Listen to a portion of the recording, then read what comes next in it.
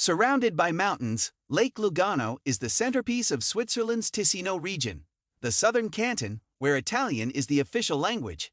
You'll notice more than a distinct Italian accent in the cuisine, architecture, attitudes, and more laid-back lifestyle than you'll find elsewhere in Switzerland.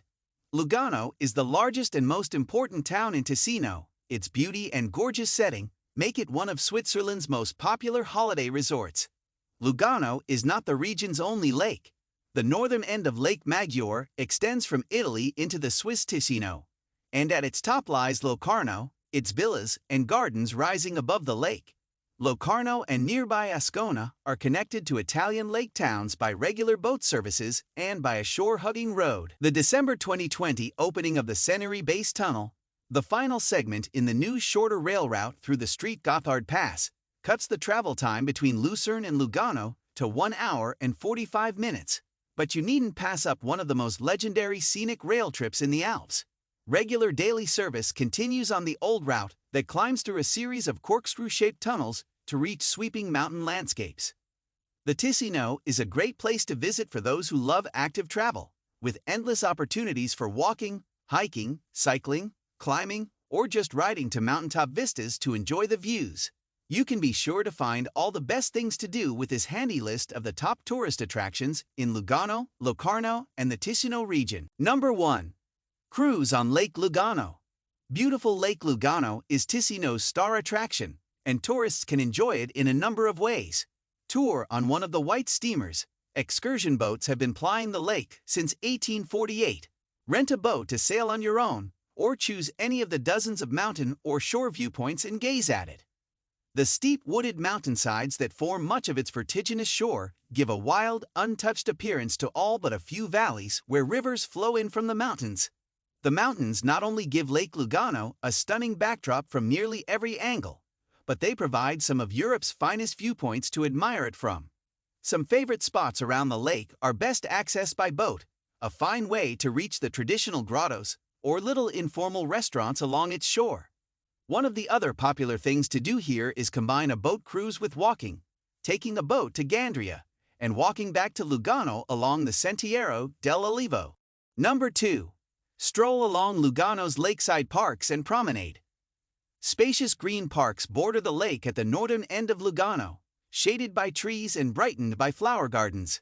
Surrounded by the venerable trees and subtropical plants of the Parco Municipale is the Palazzo dei Congressi Convention Center and the 1843 Villa Sciani, which houses historical and art collections.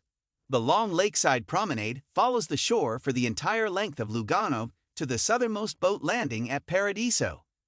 In places, it widens to park dimensions with subtropical gardens and modern sculptures lining the walkway.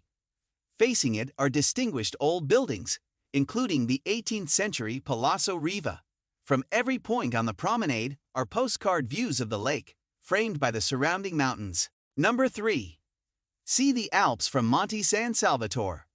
Although its altitude is only 912 meters, Monte San Salvatore's summit offers one of the most beautiful and panoramic vistas in the entire Alps.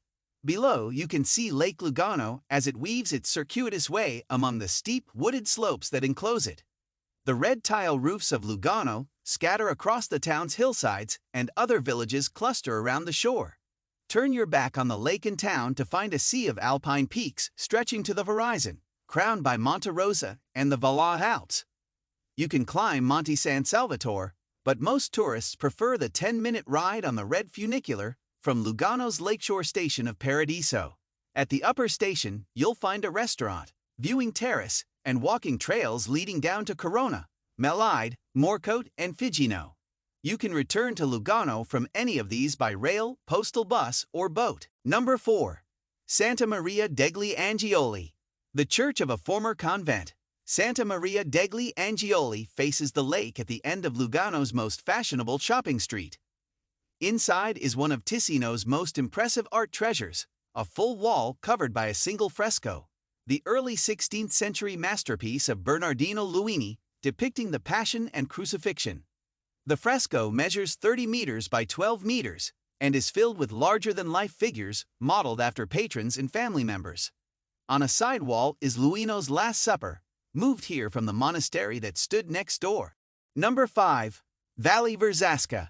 The 220-meter Verzasca Dam holds the distinction of being one of the highest in Europe, but to the world it's known for James Bond's death-defying jump in the opening scene of GoldenEye. But the dam is a modern intrusion that has not spoiled one of the most beautiful of the Ticino's many river valleys. As the river tumbles down its rocky course, its notoriously emerald green waters form waterfalls and swimming holes surrounded by ledges for sunbathing. It passes beneath stone bridges and through ancient alpine villages. The best known of both, and with a picturesque waterfall, too, is Lavertezzo.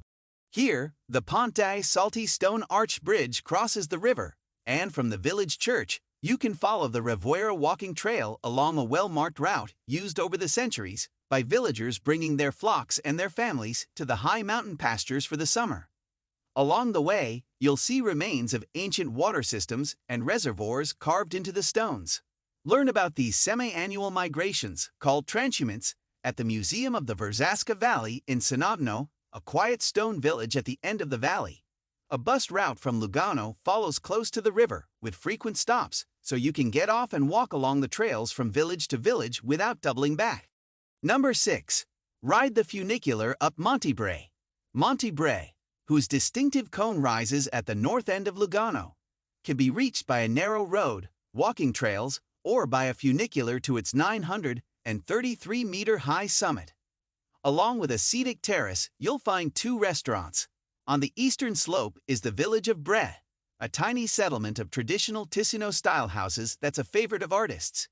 You can follow an artist's trail, and the Wilhelm Schmidt Museum displays works by the Swiss painter. Monte Bre is said to be Switzerland's sunniest spot, and it's also one of the most scenic, with views as far as the Valais Alps. Number 7. The Bellinzona Castles. Bellinzona's 3 castles are listed as UNESCO World Heritage Sites and are well worth exploring. Bellinzona was an important stronghold as the meeting point of 3 important north-south routes over the alpine passes of Street Gotthard, San Bernardino, and Lucumagno. All 3 could, in the past, be closed by a barrier across the road at Bellinzona, giving it a strategic position for centuries. The 3 castles that still dominate the town are among the most important examples of medieval defensive architecture in the Alps. These, along with a double circuit of walls, were built or strengthened by Milanese rulers in the second half of the 15th century. The oldest, Castel Grande, was constructed above the town center over a Roman castle. Castello di Montebello stretches along a hillside on the east side of Bellinzona and is the most interesting example of the art of fortification, built from the 13th to 15th centuries. The square-shaped Castello di Sasso Corbaro was built in less than 6 months in 1479 to reinforce the defenses of the valley after a battle. Today, the castles house various museums covering history, art, archaeology, and local costumes. The old town is worth exploring as well, for its beautiful Italian-style townhouses and the magnificent wall paintings by 16th-century Lombard artists in the former Franciscan church Sta Maria del Grisi. Number 8. Lugano's Old Town. Lugano's Old Town rises abruptly from the 3 squares that surround its Palazzo Civico, town hall, in a street that is a series of stairways and terraces. Beside it, a funicular climbs to the rail station high above. A wide terrace opens out in front of the Church of San Lorenzo, Lugano's cathedral. Originally Romanesque, it was enlarged in the 13th and 14th centuries and altered extensively in the 17th and 18th centuries. But it retains the beautiful medieval frescoes in its otherwise mainly Baroque interior. You can descend through the winding streets of the old town or follow stairways that connect between parallel streets to make your way more directly to the lakefront. Number 9. Ride the Centavalli Railway. One of Europe's most scenic train rides leads from Locarno, following lofty tracks perched high above the Molise River and its tributaries.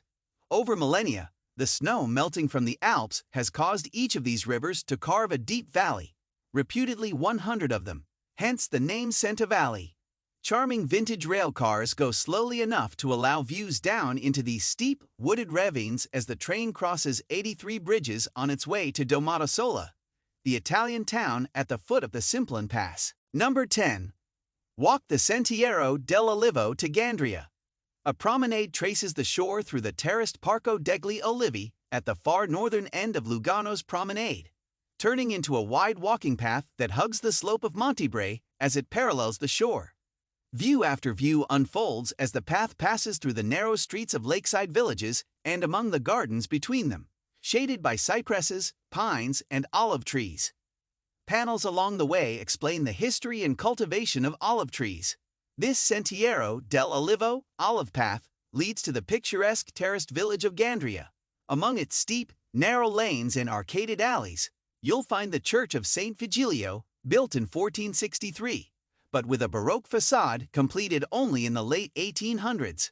The lake is quite narrow here, and directly opposite, you can take a boat across, is a grotto restaurant and the Swiss Customs Museum with exhibits about smuggling and illegal trade. Thanks for watching. Subscribe, like, and share.